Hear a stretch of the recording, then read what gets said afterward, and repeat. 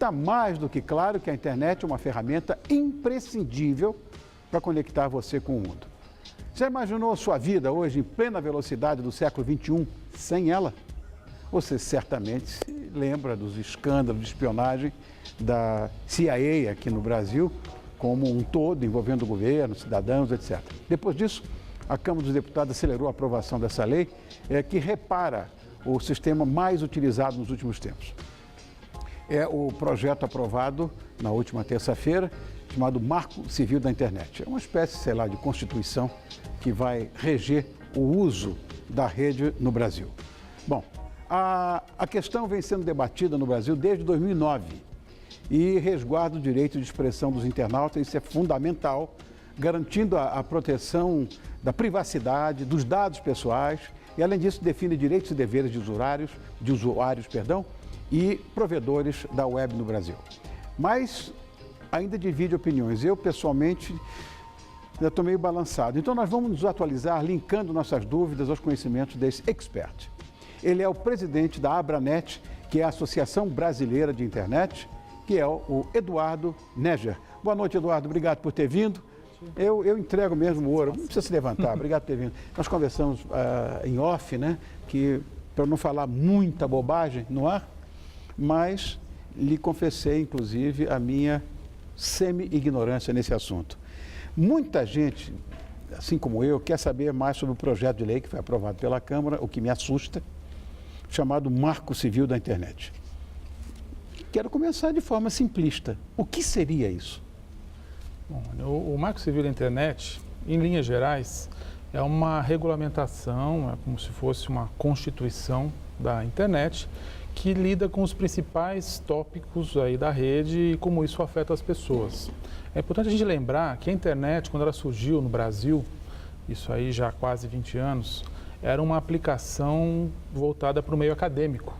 Então, eram acadêmicos que lidavam, as principais universidades estavam conectadas pela rede e isso acabou ganhando corpo, acabou ganhando aplicações comerciais, bancárias, para diversas aplicações de serviço e, consequentemente, virou um assunto de interesse geral.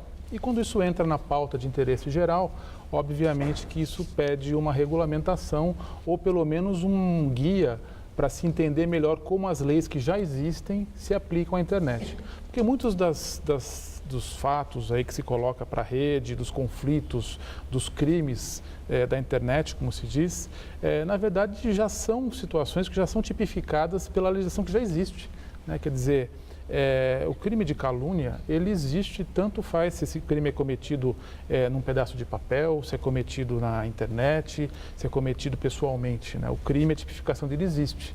Mas existiu uma grande dúvida do judiciário para diversas questões, especialmente relacionadas aí a direitos do usuário, né? Até que ponto o usuário tem direitos nessa rede, até que ponto quem provê esse serviço pode ter uma ou outra atribuição comercial.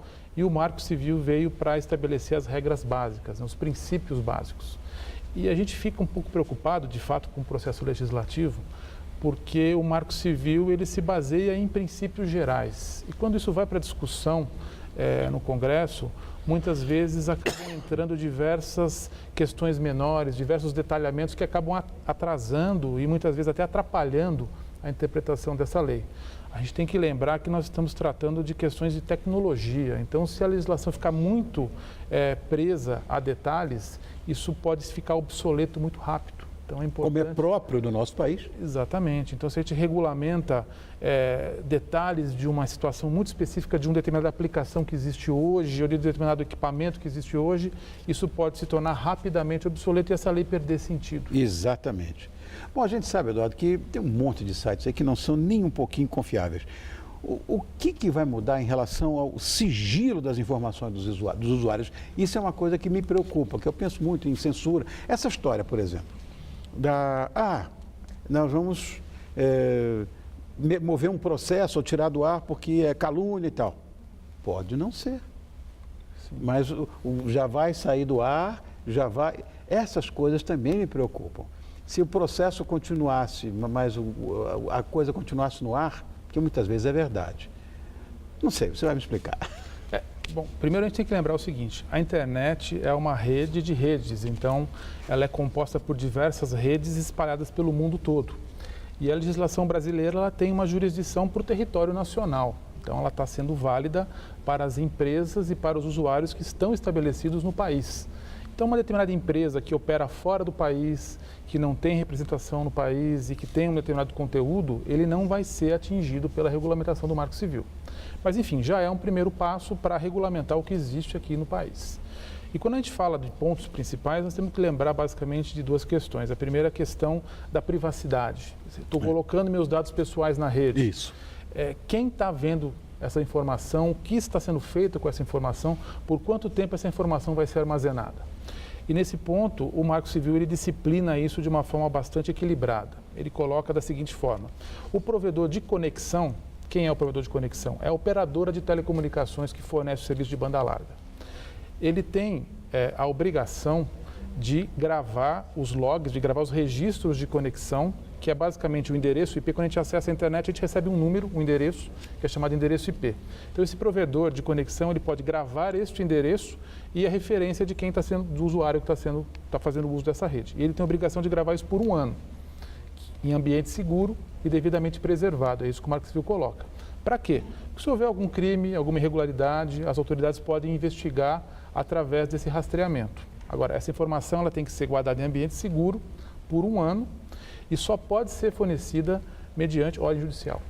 Então, só com ordem judicial, essa informação pode ser revelada pelo provedor de conexão. E é importante lembrar o seguinte: o Marco Civil ele proíbe o provedor de conexão de gravar registros de navegação do usuário. Então, a operadora de telefonia, por exemplo, que provê o seu serviço de internet, ela pode gravar a hora que o usuário entrou e o endereço IP dele. Não pode gravar os registros dos sites que essa pessoa acessou. Porque a grande preocupação é o uso comercial dessa informação. Quer dizer, a tua operadora de telecomunicações sabe qual é o teu site favorito, onde você entra, qual é o teu interesse, de tudo que o usuário faz. E aí o Marco Civil coloca do outro lado o provedor de conteúdo ou provedor de aplicação. E aí permite que esse provedor grave as informações de navegação do usuário, evidentemente que dentro do escopo da sua aplicação. Então, por exemplo, se nós usamos uma rede social, essa rede social pode gravar o histórico de navegação do usuário dentro dessa rede social. Se a gente acessa uma livraria virtual, essa livraria virtual pode acessar o histórico de acesso do usuário dentro desse escopo. Então, é só onde o escopo onde o usuário pode estar usando e pode estar escolhendo livremente. Porque nesse ponto o usuário tem liberdade de escolher o serviço que ele quer. Quer dizer, se ele não confia, e é interessante que a internet coloca uma relação entre o provedor de conteúdo, o provedor de aplicação e o usuário, uma relação estreita de confiança. Porque o concorrente está a um clique de distância. Exatamente. Então, se eu tenho um serviço de e-mail e esse serviço não é eficiente, ou desconfio que estão vendo as minhas informações e não é seguro, eu troco de um serviço para o outro rapidamente. Eu posso usar um serviço gratuito, um serviço pago, a concorrência é muito grande.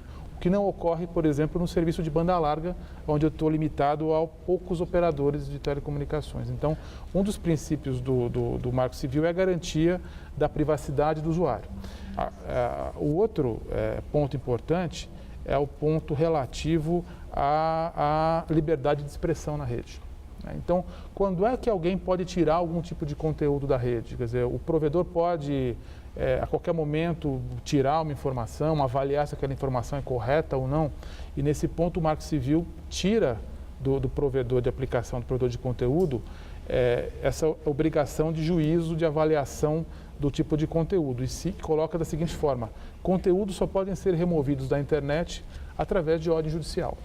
E ordem judicial não se discute, tem que ser cumprida. Tanto melhor que todo mundo está pensando em censura. É o que se ouve na rua. Agora estou perdido, vai haver censura, porque está todo mundo assustado com essa história, né? E a minha curiosidade é a seguinte: se desde 2009 está se pensando nisso, por que demorou tanto tempo para essa lei entrar em pauta de discussão no Congresso? Tem algum ponto questionável? Tem gente que é literalmente contra. O grande ponto de discussão, que talvez tenha atrasado um pouco essa regulamentação, foi o debate de um quesito técnico que nós chamamos de neutralidade de rede. Então, o que significa neutralidade de rede? Hoje, quando a gente acessa a internet, através de um operador de telecomunicações, por exemplo, qualquer site que nós vamos acessar e nós vamos navegar, a gente tem acesso a esse site de forma irrestrita e todos sempre com a mesma velocidade, com a mesma prioridade de navegação. Isso chama neutralidade de rede em relação a conteúdo. Se eu vou acessar um vídeo de determinada emissora de TV ou de determinado provedor, eu posso acessar livremente qualquer conteúdo e não há nenhum tipo de restrição em relação a isso, porque a rede é neutra, ela transmite os pacotes sem distinguir a origem e o destino. O que se estava discutindo, e que era um pleito das operadoras de telecomunicações, por exemplo, era a inexistência da neutralidade de rede. Quer dizer, um operador de telecomunicações que fornece serviço de banda larga poderia priorizar um serviço em relação a outro.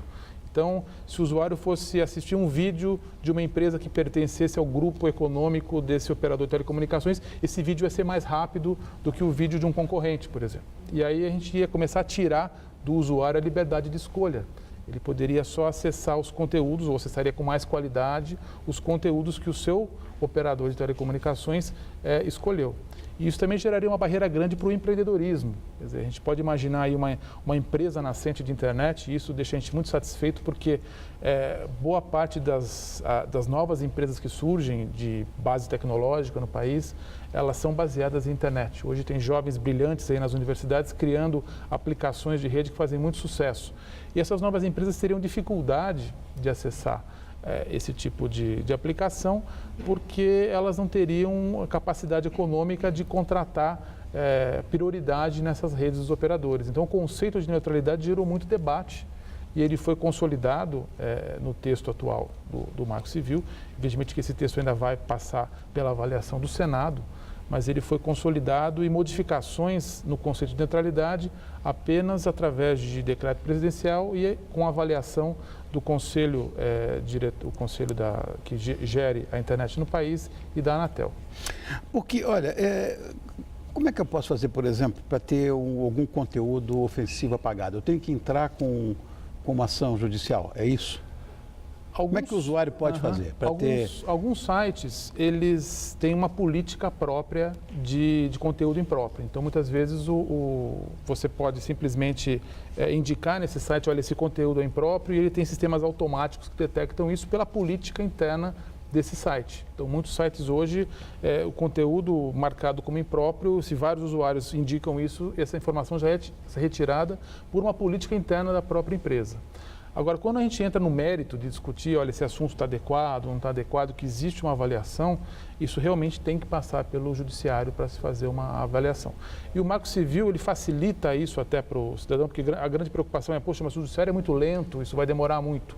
Mas a versão do Marco Civil que foi aprovada, ela prevê que os juizados especiais podem tratar também desse assunto, o que pode agilizar esse processo de forma liminar, por exemplo.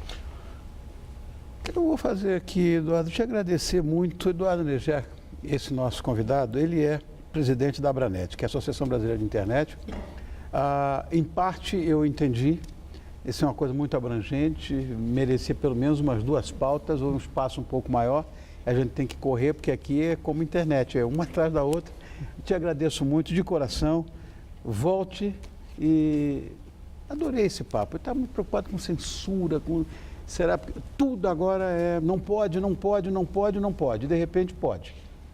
Pelo tanto melhor. Claro. Obrigado por ter vindo. Eu que agradeço a oportunidade. Obrigado, querido. Olha, nada como